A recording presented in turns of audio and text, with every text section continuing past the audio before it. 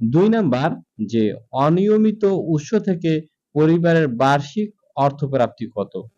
অনিয়মিত উৎস সেটা যেকোনো উৎস হইতে পারে। অর্থাৎ প্রতিনিয়ত আয় হবে এরকমের না, মাঝে, মাঝে আয় হয়।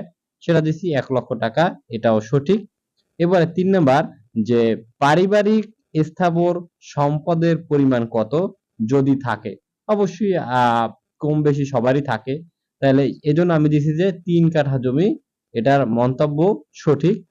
এরপরে ৪ নাম্বার যে পারিবারিক অস্থাবর সম্পদের পরিমাণ, ব্যাংকে জমা টাকা, অন্যের কাছে পাওনা ইত্যাদি কত যদি থাকে?